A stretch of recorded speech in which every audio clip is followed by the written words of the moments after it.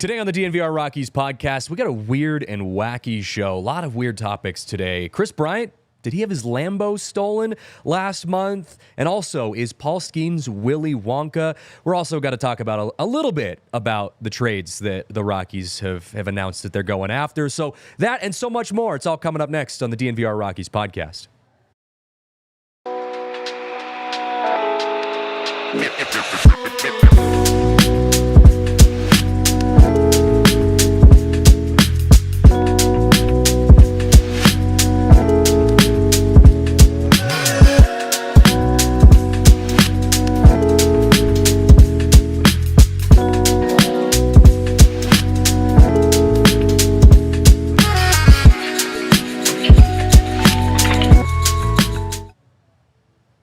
What is up, everyone? Welcome in live from the Toyota Lounge. It's the DNVR Rockies podcast. I am Christian Saez, and what an interesting show we have lined up today. And to be completely honest, this is one of those shows that, kind of just unfolded in my lap as I was getting ready for everything today. I had a show that was written today that was going to go into the depth of, the trades and, all of the free agents and where the Rockies stand right now and why they're looking to trade certain players. And we're still going to do that to a degree. But some other topics just kind of popped out of nowhere this morning. And we got to start the show by talking about the weirdest one of all, which is the fact that I just saw in our Discord chat, which if you're not a member of DNVR, if you're not a diehard member with DNVR, this is a perfect example as to why you need to be a member, because I was in the Discord just moments before the show kicked off, and shout out to brother sweet baby Brondo in the Discord for bringing this to my attention. He sent me a Denver Gazette article that was titled Lamborghini Huracan. Not a huge Lamborghini guy, so that one I might be missing out on. But it was stolen from Cherry Hills Village resident Kris Bryant. So I opened this up, and I am shocked as this article goes on. And I'll break it down for you guys here in just a moment. But basically, we're assuming that this is the Kris Bryant, and everything lines up to mean the fact that this is Rockies Kris Bryant. The car was registered to Christopher Bryant, according to the police affidavit. And I think the kicker to that is that the Lambo was set to be transported to his home in Las Vegas, which, if you know Kris Bryant, he also has a home in Las Vegas. Actually, that's where he spends the majority of his time when he's not in season form here, living in Colorado. So basically what happened, according to the Denver Gazette, the $300,000 Lambo was stolen last month from Cherry Hills Village, with police records listing the victim's name as Kris Bryant, the same as the Rockies' third baseman / outfielder / DH / whatever. It was stolen on October 2nd, and how they found out it was stolen was the Lambo was contracted to be transported to the home in Las Vegas. When it failed to arrive in Vegas, the incident triggered a multi-agency investigation, and what ends up unfolding after that was triggered was the investigation led to multiple suspects being listed here, multiple arrests. They uncovered an underground Grand Theft Auto ring that was happening that had multiple other high-profile vehicles that were listed there. The theft ring included luxury cars that were trafficked using fake documents and VIN switching.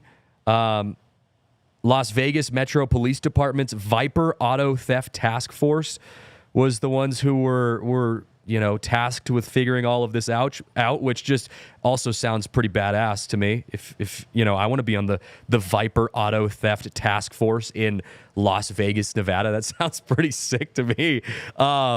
And so apparently detectives found stolen Rolls Royce that was reported missing from California. They had a Yukon Denali that was stolen, hundreds of thousands of dollars that they found in cash. This sounds like something out of a movie. And apparently all of this was triggered by, or at least the dominoes were set in motion by Kris Bryant getting his Lambo stolen. And there was a $400,000 Rolls Royce that was also stolen in there that was reprogrammed with a new key fob. These guys sound like they're pretty legit. Like, this literally sounds like a movie. This doesn't sound like something that, like, you just kind of stumble upon a Rolls Royce parked in Cherry Creek and you break the window and jump in and try to run away. They apparently, using a email hacking, these thieves, this underground auto theft ring, the suspects ended up using email like hacking to basically intercept this transport of Kris Bryant's Lamborghini to cut it off before it could get to Las Vegas, and they rerouted it. And then using license plate data and all that kind of stuff, authorities were able to track down the Lamborghini and make the arrests. And the suspects, multiple suspects, face up to 20 years in prison, over $20,000 in fines, which actually seems super low to me. Like, $20,000 in fines. You were found with almost $1 million worth of stolen cars. Like, 20 years in prison, that's fine. That sounds, I guess, reasonable. I don't know how you quantify, like, how much you stealing people's high-value cars. But $20,000 in fines seems like nothing, for people that are obviously really deep into this whole network of stuff. I was just reading through all of this really quickly because this came up literally as I was getting ready for the show. It says the Denver Gazette reached out to the Rockies as well as the Boras Corporation, which, Scott Boras representing Kris Bryant, and they have not provided a comment. So, yeah, that's crazy. It sounds like I can't say that I've seen Kris Bryant's Lambo parked in the players' lot, because when us the reporters drive through to get to our media parking, we have to drive past the players' parking, and I see a lot of souped up trucks, some Range Rovers, Land Rovers, a couple Mercedes, that kind of stuff. I've never seen the Lambo in there though, although obviously he had it here at Cherry Hills. And also cue all of the comments on Twitter of people just being like, oh, good, Kris Bryant, now he knows what it's like to have something stolen away from him. Whatever, we're gonna talk plenty about Rockies fans' reactions as this goes on. But Chasing Birds in the Toyota chat says, sound like the Deadly Viper assassination squad from Kill Bill, but not as cool. I don't know. It sounds pretty cool, man. That sounds like a pretty badass. This sounds like a pretty badass little agency you got going on there in Vegas, man. I've never been someone to be drawn into wanting to go into a police force. That just isn't my vibe. I'm not that aggressive to want to go out there and tackle bad guys and stuff. But if I was, that sounds like the task force I'd want to be in. The Viper Auto Theft Task Force. Yeah, Las Vegas Metro Police Vipers Task Force. That literally sounds like something out of that Dwayne "The Rock" Johnson would be a part of.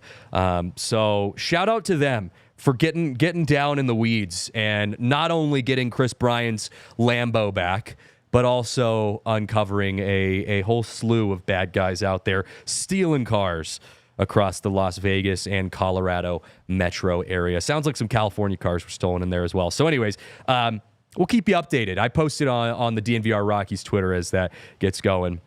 But actually, I wanted to, in keeping with this theme of, kind of some weird, wacky stuff that's going on around baseball right now. Riley, I know I told you there weren't going to be any assets in the first segment. I'm changing things up. I want to talk about this Pirates deal that they offer. They're offering a fan, or a lucky fan, who pulls a Paul Skenes card. Yeah, you take a look at this on your screen, and the Pirates are giving a crazy deal to a lucky fan who pulls the Paul Skenes 1-of-1 rookie debut patch autographed card from Topps, which I'm not a big baseball card guy. And you can hate me for that all you want. It just, I had baseball cards growing up, but not I didn't dive into the depths that some people do, where you invest a ton of money for these kind of things, and people will put their mortgage of their house down on a baseball card. Like, that's just never been my world. But according to the Pittsburgh Pirates, this is a big deal because look at what they're offering. They're offering, if you pull this card and you exchange it into the Pittsburgh Pirates organization, they're giving you 2 season tickets behind home plate for the next 30 years. That's incredible. Just that alone, right there. That to me is enough. Like, again, I'm sure this card is worth an insane amount of money. I don't even want to guess because I'd look stupid if I tried to guess. They're also including in that a softball game for 30 people at PNC Park, plus coaching from Pirates alumni. Who's your Pirates alumni? But even forget that. Like, you get to play a softball game with 30. Like, can you imagine if we got a DNVR company softball game at Coors Field? That would be unbelievably cool. That alone is worth it to me. You get a spring training experience like no other. Private tour of Pirates. What does that say? Pirates City and Park. You meet and greet with Paul Skenes. Cool. Sure. That's awesome. 2 Paul Skenes autographed jerseys. Those will be worth something one day if he continues playing the way that he's playing. Take batting practice / warm-ups with the team. Like, what is this? Am I missing something? Like, I'm going to make myself sound stupid because I am not a baseball cards guy. I just have never dove into that world. Maybe this is the thing that tips the dominoes for me and gets me going into baseball cards. But taking batting practice and warm-ups with the team is unbelievable. And also, I didn't have this I didn't have this up there, but Livy Dunn, Paul Skenes' girlfriend, also one of the most famous, gymnasts / female sports figures of the recent years. She also went on Twitter to say, I'll up the stakes. If anyone pulls this card and turns it in, they get to watch a Pirates game in her suite with her. So for many people out there, for many guys and gals out there, that alone could also be worth turning this card in. Like, I'm just impressed by how much this is going to go for. So, Noah says the card is worth an infinite amount of money. Can someone tell me how much this card is worth? Because that to me seems like hundreds of thousands of dollars worth of value just in those trade-ins. So I'm imagining that I'm going to look like a fool when someone says, yeah, the card's going to be worth $5 million. Is it Shohei Ohtani baseball, 50-50 home run baseball type of money? Is that what we're talking here? Again, I'm not in the card world. So yeah, it's just not where I'm going. But Noah, of course, you're sitting in that suite. Like I said, I would be shocked. I would take any one of those options. You say, hey, I will let you take season tickets for 30 years. I'm in. I'm your guy. You let me sit in a suite with Livy Dunn. I'm in. I'm your guy. Although I'd probably be obligated to bring Marissa just since I'm a married man. And then aside from that, get to take warm-ups, BP with the team. Also, I know the Pirates kind of sucked last year, but they're probably going to be a better team in the next couple of years because now you have a piece to build around in Paul Skenes. He's a pitcher that's going to have a lot of success, hopefully for years to come, just from a baseball fan experience. He's going to be your guy that you build your entire team around in Pittsburgh. I think that's a pretty sweet deal. So if anyone out there in the Toyota chat knows how much or has a guess at how much that card is going to be worth, throw it out there because, my God, that... How much? 100 to 200,000. Oh, that's a lot of money, but I don't know. For all of what they just listed up there, for everything that the Pirates said they would exchange, I mean, think of how much return on investment you're getting even just having 2 season tickets behind home plate for 30 years. That's got to be worth thousands and thousands of dollars. I mean, I know even behind home plate at Coors Field, which is a losing team for 6 straight years and 2 100-loss seasons. Behind home plate at Coors Field is hundreds of dollars per ticket, like $500 per ticket for, that behind. And you're looking at 2 season tickets for 30 years. I mean, and that would be assuming that the Pirates get to a playoffs, maybe even a World Series. 30 years is a long time. That's you and your kids, your grandkids. I think that's worth it. To me, I would take that deal. even if you're saying this card's going to go for 200 grand, 200 grand doesn't go that far nowadays. Like, yeah, sure, 200 grand's a lot of money, but for all of the amazing things that you could do with that, the memories that last you a lifetime, I'm taking the deal. And I guess the follow-up question to that in Rockies terms is, what is the equivalent to that in the Rockies world? It's got to be like a Charlie Blackmon. Like, it's got to be more of a historic type of guy. Because there's, Brenton Doyle, he's fun. Tovar's fun. Maybe Chase Dollander can end up being a guy like Paul Skenes. We would love that. But I just don't see that being the case yet. We don't know if that's happening yet. Paul Skenes is a one of one. He's a guy who's going to fill the box office. He's a guy who's going to sell tickets just by himself. So for the Rockies, is that Todd Helton? Is that Charlie Blackmon? Is that Carlos Gonzalez? You just don't have a guy who moved the needle, I think, in the same context that Paul Skenes moved the needle. Just given how young he is as a player and what his potential is and all of that kind of stuff. So I think, maybe an old Nolan Arenado card would have gotten you there if Nolan had kept his time with the Rockies. But anyways, just some weird stories to start off our show today. We're going to rein it back in, though, after our break, because I do want to talk a little bit about the trade announcements that were made over the last few days, talking about potentially trading Brendan Rodgers and Justin Lawrence, what that looks like for the Rockies, what the implications look like. So we're going to break that down in just a moment. But before we do, got to give a shout out to our friends over at Blue Chew, because if you are a guy who's looking to spice up your confidence in the bedroom, Blue Chew has you covered.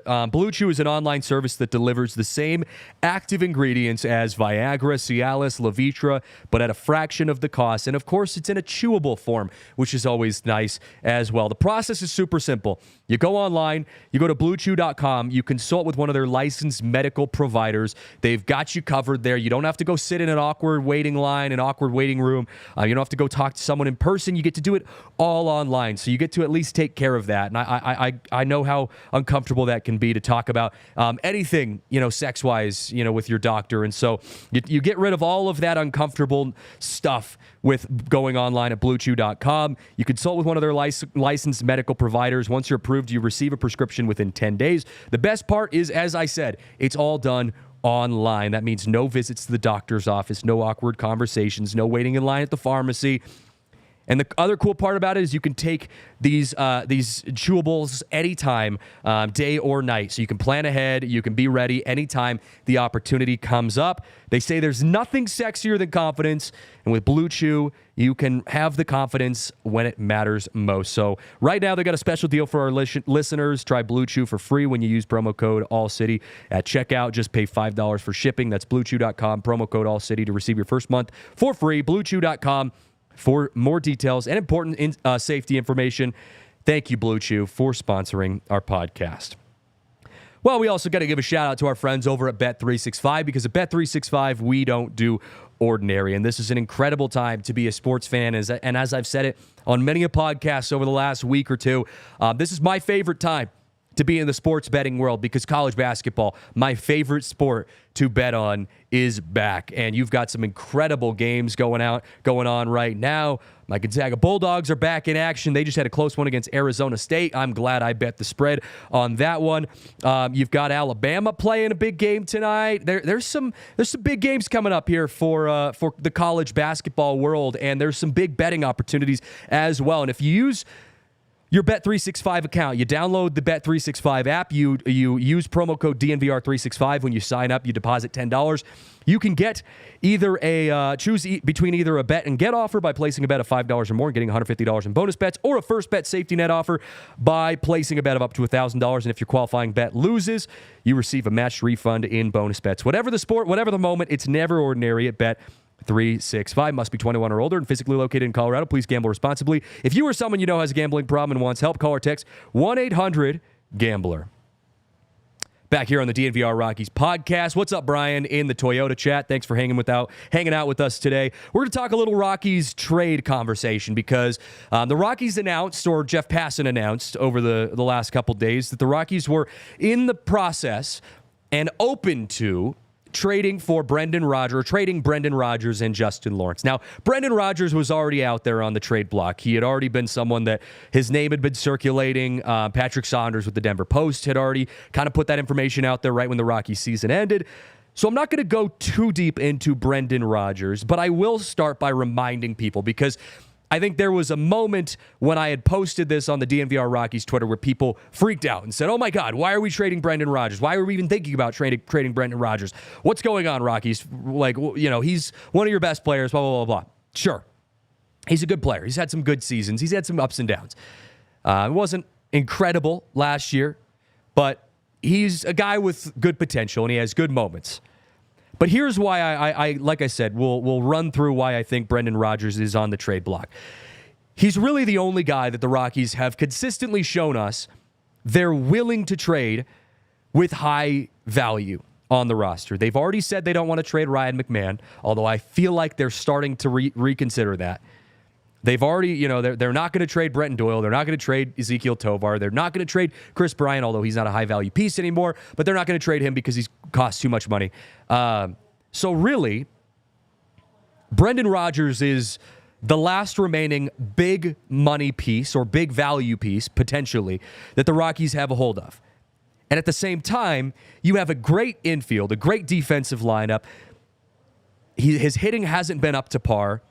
He's a guy that I think just doesn't quite fit the mold anymore for what the Rockies want. And on top of that, your infield options are good right now. You've got Aaron Schunk in the weight that you saw pick up a little bit towards the end of the year. He's been a good presence for the Rockies that they're trying to build on as this season progresses next year. Owen Miller, you just picked up, although he's not a member of the 40-man roster. He's someone that you could possibly see adding some depth piece. You got Adael Amador mixed in there as well. So the Rockies infield is set right now with pieces. So if you move on from Brendan Rodgers, I'm not necessarily against that, because I think that this is a situation where you can get some good return from him to set you up at a deeper spot where you need more help in the long run, whether that's pitching, whether that's a deeper offensive lineup, whatever that looks like. So what does that look like? I guess I'll transition into answering that question. The issue that the Rockies need to fill right now, in my opinion, and some of you might disagree with me on this, is bats. Yes, the pitching needs work, but the pitching has a lot of good minor leaguers that we're just waiting to get our first taste of. So I would implore a lot of Rockies fans who are saying, we need pitching. Patience, young Padawan. We will get there. Okay? The Rockies pitching, their minor league system was just rated one of the highest stuff organizations or stuff farm systems out of any major league crew. So the Rockies' stuff in their arms in the farm system are good, and Major League Baseball is starting to take notice of that. So patience. Let us wait on that one. The pitching will come. Now, yes, we need a little bit of starting pitching, I think. The bullpen, I think, is good where it's at. I'm not really needing to add depth to the bullpen right now. I think you're already kind of doing that with some moves that I'm going to talk about in just a moment. I think you need bats. You had one of the highest strikeout rates in all of baseball, in the history of Rockies baseball. Your average wasn't there. Your home runs were good, but you didn't hit when it counted. The Rockies needs guys who can get on base and give you confidence whenever they step up to the plate, especially when they're away from Coors Field. I don't see that right now with the Rockies. I want to see that moving forward. So I could see the Rockies trading Rodgers for someone with more established bats, right? And I think Rodgers fits into a lot of other lineups that are looking to kind of fill that second base role right now, or even a middle infield role in general. Rodgers can play shortstop if he needs to, or even third base as well. Rodgers has high upside because he's a guy who can have a good bat and can have a good defensive run. So I see him being a piece that could fit into a very niche organization that needs that infield help. And for return for the Rockies, the only downside that with Rodgers, if you're looking to, let's say, replace 1-to-1, get another second baseman, let's say, if you say we don't really trust Schunk yet, so we're going to try to find another second baseman out there that maybe has a better bat. There's not a lot of guys open right now in the free agent / trade world. Gleyber Torres was really the only guy that kind of came to mind as a top option that's available who's under 30 years old. He's Everyone else is kind of over 30 years old. There were some 33-year-olds, some 36-year-olds. Like there's some like Whit Merrifield, like guys like that, some utility infielders. But there's not a lot of young infielders that are available, or second basemen, I should say, that are available. Gleyber Torres, he was an interesting one to bring up there. But to be honest, Gleyber Torres just feels like a replacement of Rodgers. Like Brendan Rodgers, like Torres has the potential to have a really good bat. He's got kind of shaky defense or to decent defense, depending on the year. So I don't know. Torres, I heard his name tossed around a couple times. I don't see him coming to Colorado. I do really think, though, the Rockies are comfortable going with a more rotational second base spot. Shunk, Amador, Miller, if you need a more veteran presence out there, and just seeing who sticks quicker. You've got a great infield. I don't mind having a shaky second base spot, above the other spots. So that's kind of where I'm at with that. But I wanted to talk more about Justin Lawrence, because Justin Lawrence is, I think, the one that kind of caught more people by surprise. Here's the thing with Justin Lawrence. And I think a lot of people are leaning into this emotionally. And I understand that, because Lawrence, I think we all did what Rockies fans do best when Lawrence kind of came onto the scene and said, oh my God, this guy looks like he could be incredible. He's got a great fastball. He's got good stuff. He's kind of funky with his arm slot. Like he's got a high ceiling. The issue with Lawrence is he's got a high ceiling and he hasn't had anything to show for it. His 2023 season was his best year. He had a 3.7 ERA over 75 innings pitched. And besides that, he's been kind of bad. And I mean bad. Like, I'm not saying like, he's been all right. Like, no, he's been bad. This last year, he had a 6.49 ERA over 59 innings pitched out of the bullpen. Almost any time he came in, he was giving up runs. And that's where I think the Rockies have said, you know what? I think it's time to salvage what we can from Lawrence and move on. Now, there's a lot of people saying that, you're making this decision, you're making this move 2 years too late. I can't disagree with you on that, but that's where the Rockies are.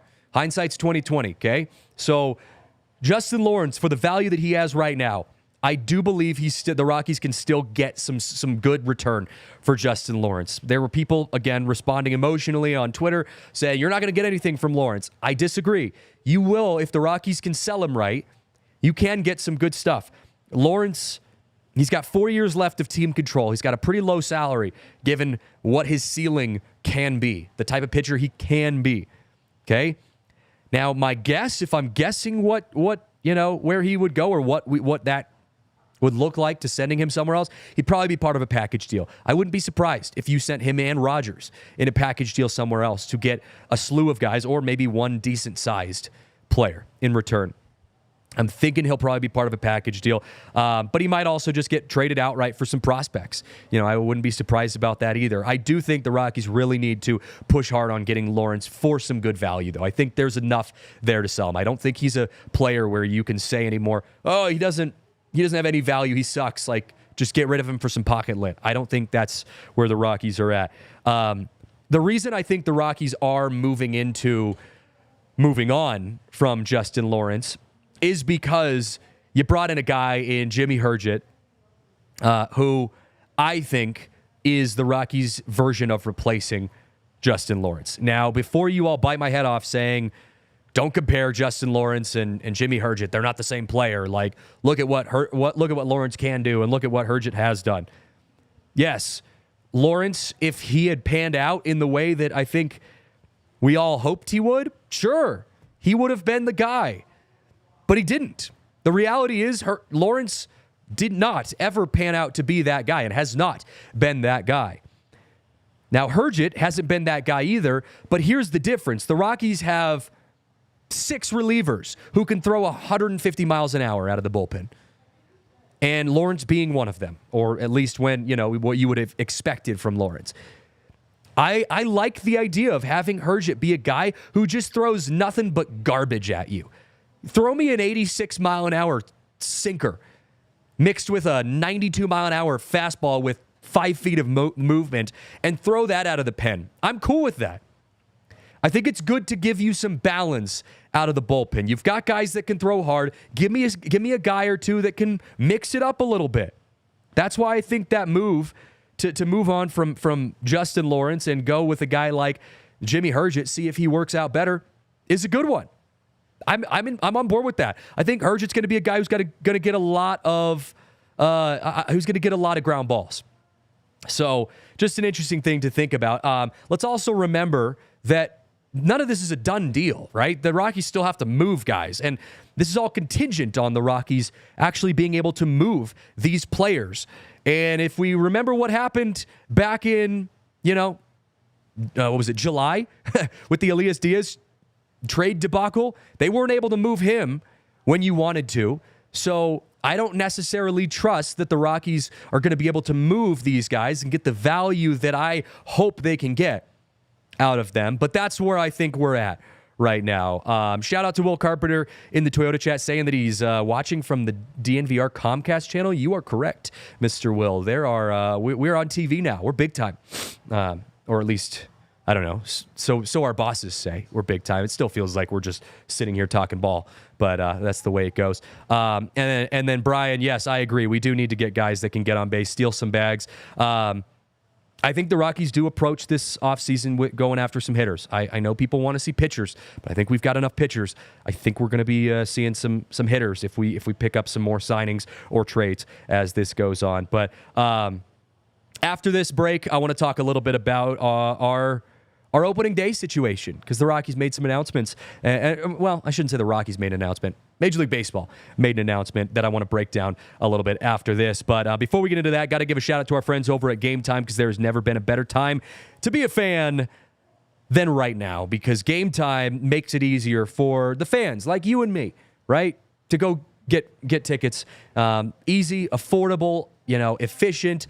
It's one of those things where I talk to my grandparents and I say, what was it like buying tickets back in the day? And they say, you know what? I had to go walk out, stand in line and go buy tickets from a booth, stand out in the freezing cold in the month of September, to go buy Rockies tickets outside. Like, no, that's not a thing with Game Time. You can go online, take advantage of their app. The tickets get cheaper as you get closer to the actual game. We've got a huge game for the Avs coming up tonight with a big takeover going on. If you want to get Avs tickets, if those aren't sold out already, go use the Game Time app. If you wait till 15 minutes before puck drop, you're going to get some good tickets there.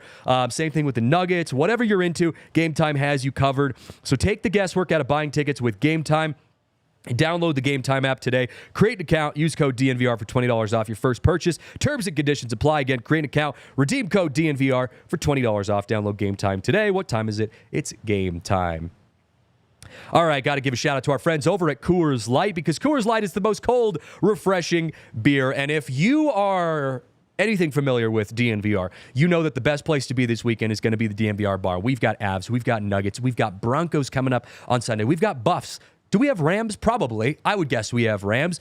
It's a packed weekend of sports, and all of it, if you're not going to the games, all of it is going to be here at the DNVR bar. And what goes well with hanging out at the DNVR bar? It is Coors Light. Coors Light is the most cold, refreshing beer there is. I'm going to be pounding some Coors Lights throughout the weekend, maybe even here at the DNVR bar. Actually, that's a lie. I won't be here at the DNVR bar. I've got a college football game that I'm calling on Saturday, and then a college basketball game that I'm calling on Sunday. So I will be there in spirit. But if you guys are here hanging out with all of the DNVR fam at the DNVR bar, make sure you pair it with a Coors Light, because Coors Light is truly the best when it comes to the most refreshing light beer. Make the most out of the times you choose to chill. Choose Coors Light. Get Coors Light delivered straight to your door with Instant Cart by going to CoorsLight.com/DNVR. Celebrate responsibly. Coors Brewing Company in Golden, Colorado. All right, we are way behind on our rundown here. Sorry, Riley. I'm like segments behind here. We just had a lot of good stuff pop up in the beginning of the show. Rockies announced that, or Major League Baseball announced that the Rockies will be playing their season opener at Steinbrenner Field in Tampa. All right, this is I did give you some pictures here for this one, Riley. We got some pictures of the stadiums here.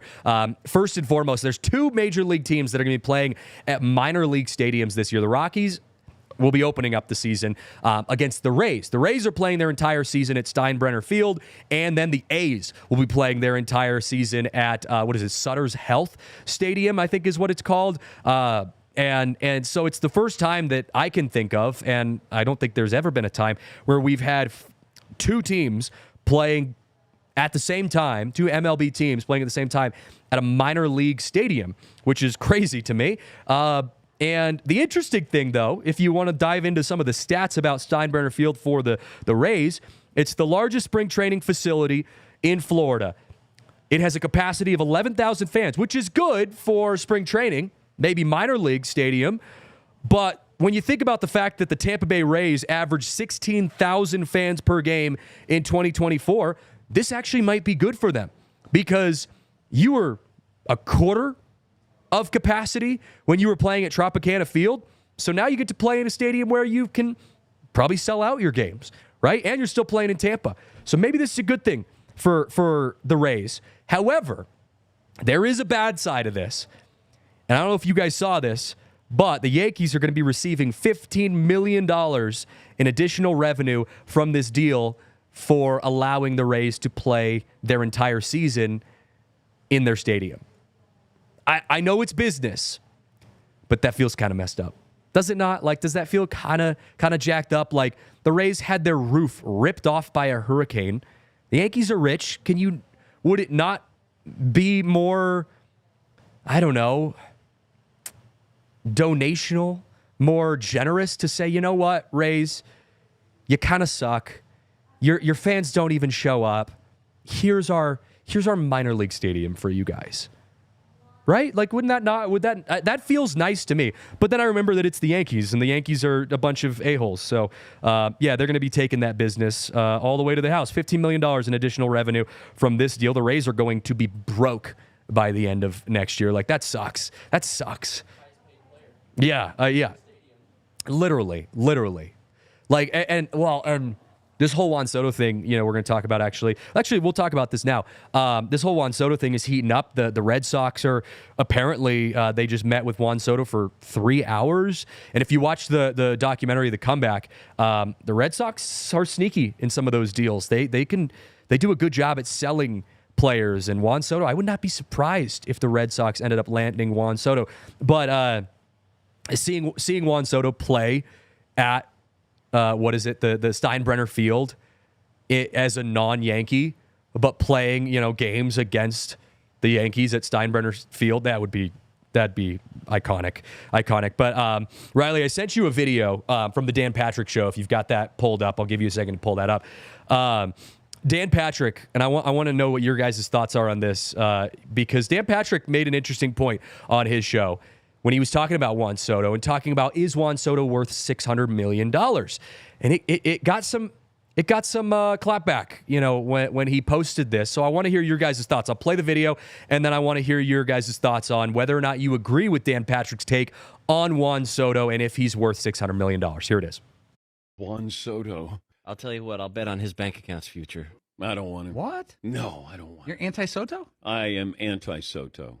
It's so much money over so many years. I have no interest in that. I got Ohtani. Ohtani's special. He's unique. There's no one like him. Juan Soto, the talented player, bounced around a couple of teams already, and you're going to pay him $600 million.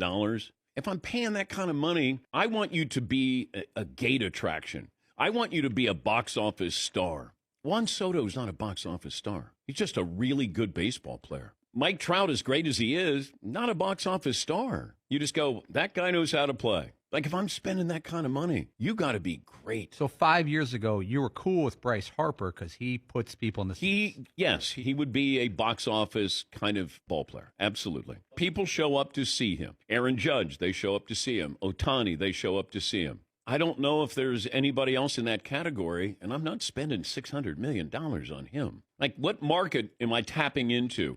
I got Japan with Ohtani, and we saw that in the ratings. Like, they're watching. But Juan Soto, he's an average fielder. He's a wonderful hitter. But what does he have? Like, are you saying, man, he oozes with charisma or whatever it might be? No, I don't want Juan Soto. Talented player. But that kind of money, I got to get a little bit more.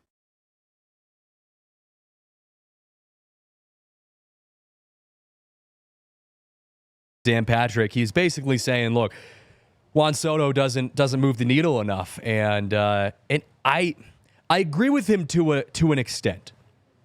Is Juan Soto on the same playing field as Shohei Ohtani? No. I don't think he is. However, I'm just trying to think of how I want to say this. If Juan Soto signed with the Red Sox, like, he would be a box office star. He'd be a guy that goes into the Red Sox and into to Fenway Park and makes a splash, right? Like, he would be one of those guys. But the sub part that I agree with is just that he's not Shohei Ohtani. He doesn't bring the Japan market, the viewership, the eyeballs in that regard that I think he's being valued at. Now, is he worth $600 million? I would love to say no. I personally don't think he is. But he's probably going to go for $600 million. That's the truth of it. And Will Carpenter in the Toyota chat says, Soto is also not a two-way player. I agree with you. So, like, I get what Dan Patrick was saying. I'm not against it. I just think he kind of went a little too deep into the take, where I think that's where it lost some people, where he's like, he's not a box office guy. Like, he's not going to move the needle. Well, that's not true. However, he's not Shohei Ohtani, and that's more of, I guess, where I'm coming at it from, is that, like, he's not a two-way player. He doesn't expand your market beyond, what you already have. He just is going to fill seats, right? Like, he's going to make your team more exciting, and there's value to that. I just, don't know if it's worth $600 million. I want to wrap up this segment by talking a little bit about going back to some Rockies stuff, though, here, because the Rockies released, or not the Rockies, but Fangraph released a preview of their depth chart for the Rockies, including the WAR ratings, and you could take a look at it on your screen there. It's an interesting something. It's something I want to break down more in depth, as we get into later shows. But I wanted to kind of preview it here before we wrapped up this segment. I think it's interesting that we're looking at our outfield as, I think, the least organized spot on the field. And if I was going to tell you, I was talking to you coming into the end of the season, maybe in August, September of 2024, I would have disagreed with you. I would have said, hey, the outfield is set. Look at how many guys we got in the minors. Look at how many guys like that we've got out there right now. Like, it's going to be Nolan Jones. It's going to be Jordan Beck. It's going to be, Doyle. But when you look at it on paper, I forget that, you're right. Hilliard, Beck, Chris Bryant, which I don't think he sees the outfield at all next year. Doyle obviously is solidified, and then Jones out there and left. I think the outfield is more up in the air than I had initially thought. And when you look at that breakdown on the Fangraph, it didn't give me the best vibes.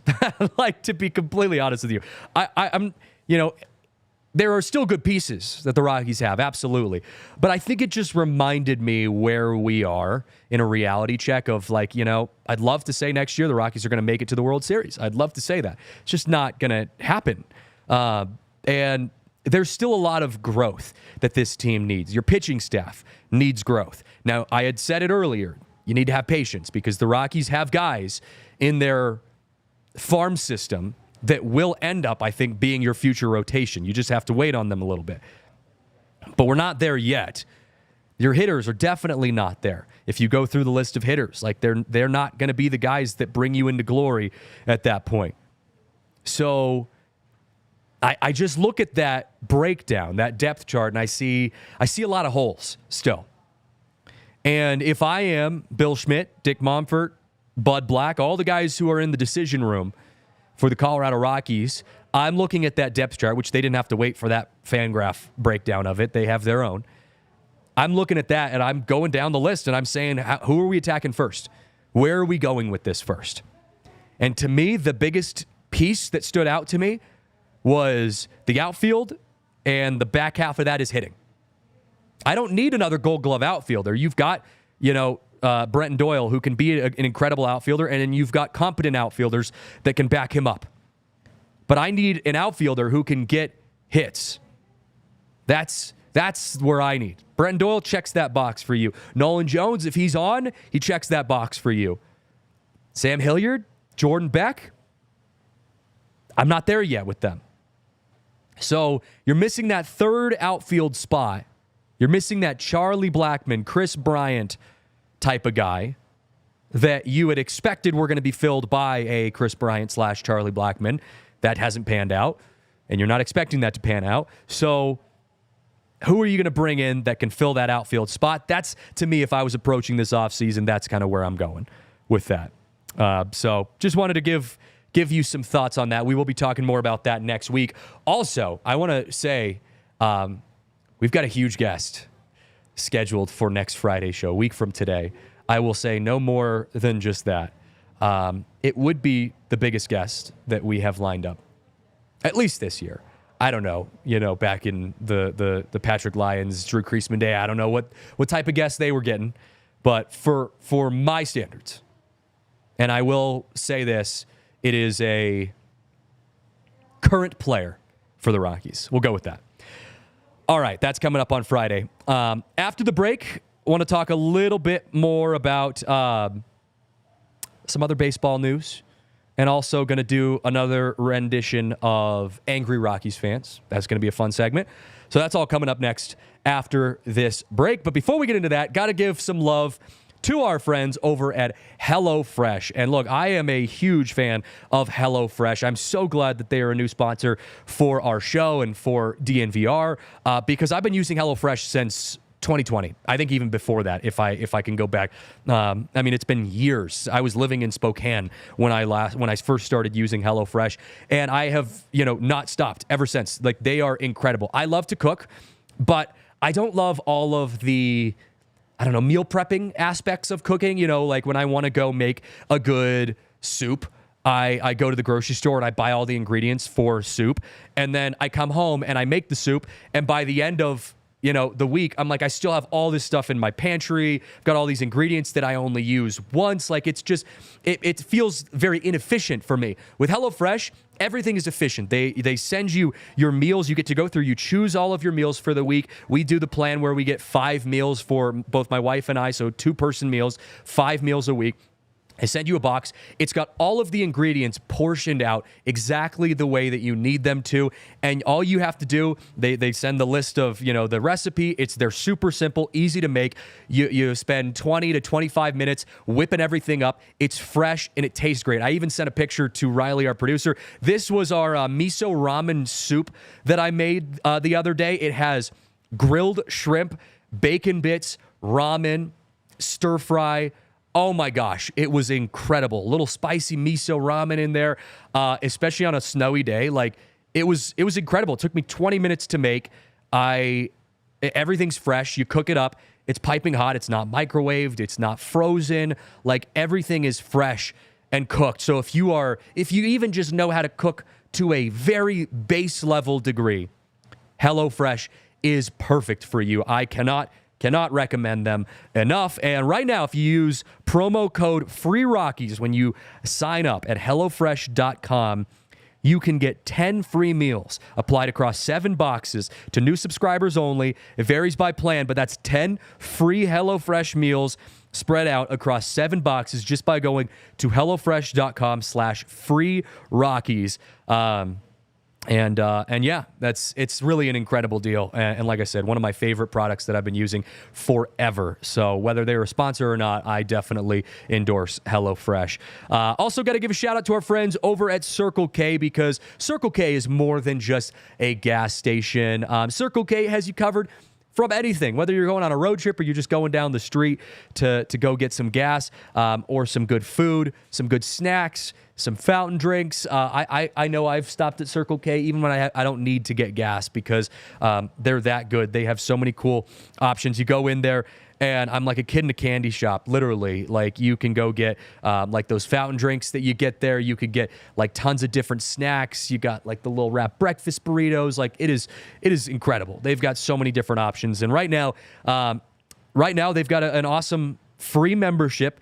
I always say it's really similar to like at a grocery store, you sign up, you just put your phone number in, your email, and you're automatically enrolled, and you get discounts from then on out. And so if you sign up for the Inner Circle using the Circle K app, you receive 25 cents off per gallon on your next 5 fill-ups. You also get deals on everyday food, drinks, and more. Download the Circle K app, sign up for the Inner Circle for exclusive offers, new offers, purchase clubs, and sweepstakes are uploaded weekly. That is our friends over at Circle K.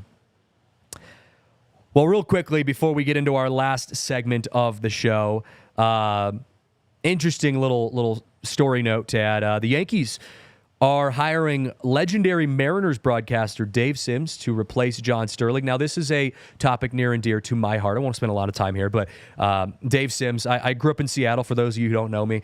I spent most of my life between the Bay Area and Seattle. My family's from the Bay Area, but spent most of my childhood in Seattle. And so I grew up watching Mariners games, on Root Sports, and the legendary Dave Sims, broadcasted in Seattle for 18 years, and he is going to replace John Sterling. Now, if you don't know anything about Dave Sims, that's okay. Sims is a great broadcaster, but his only downside is the fact that he is very hyperbolic in his calls. He's very excited, which is great when he has a great call. However, sometimes the Mariners have had plenty of, Julio Rodriguez hits a deep fly to center field, and off the bat, it looks like he's hitting it 500 feet, and Dave Sims is like, this one's gone, it's out of here. And then it turns out it's just caught at the warning track. He had a lot of those. Now, if you watch Yankees games in any context, John Sterling also does that. John Sterling, famous for some of his Giancarlo Stanton. Oh, my goodness. There he goes. It's going. And it's caught at the warning track. Like that kind of thing. I mean, I actually think he called a couple home runs where he's like, it's gone. It's gone. And then it turns out it was like a routine fly ball. So Yankees fans get a little more of that with Dave Sims, although you get a little more polished version of that. Dave Sims is a fun broadcaster. Excited to see him go out to New York and get to call games out there at Yankee Stadium.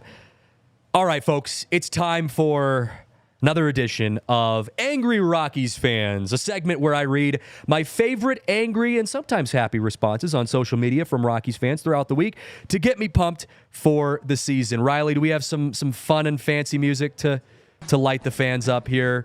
Let's hit it.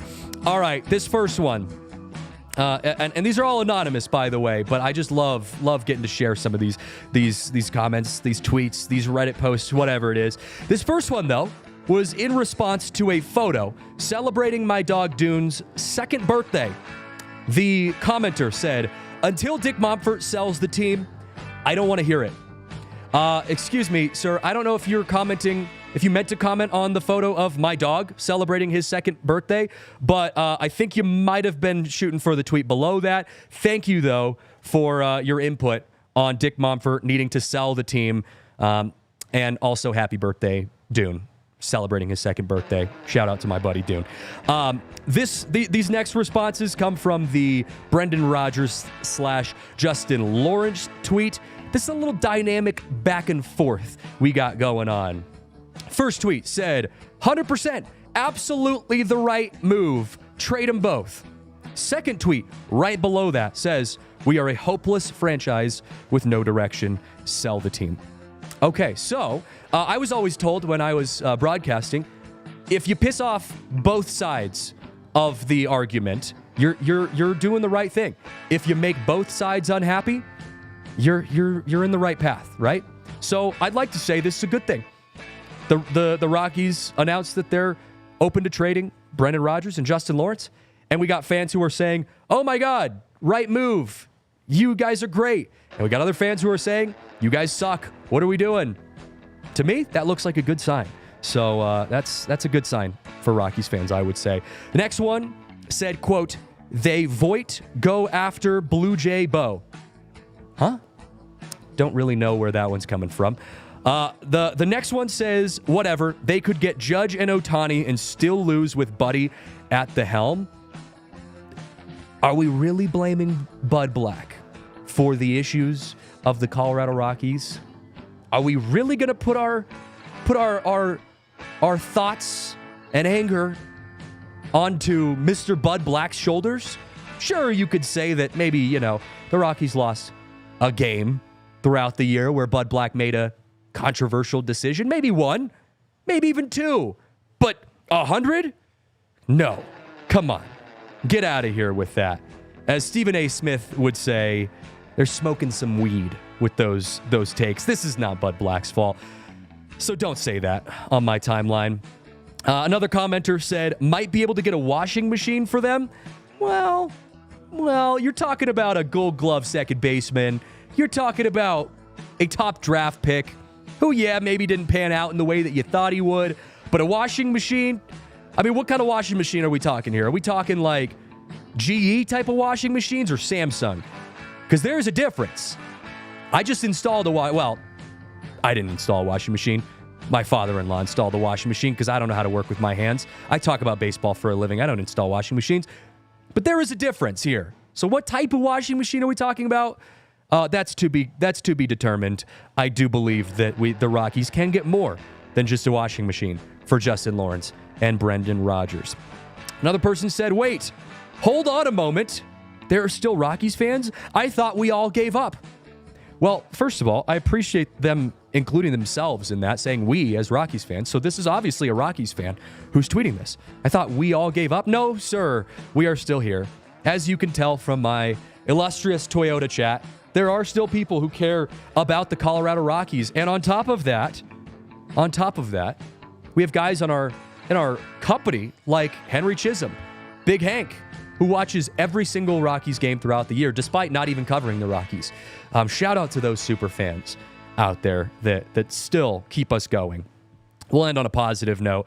Had a comment there on one of our tweets about some of the Rockies minor league prospects, and they said, quote, there's much to be excited about. Patience will be rewarded. Bryant also said that in our Toyota chat. Patience will be rewarded, guys.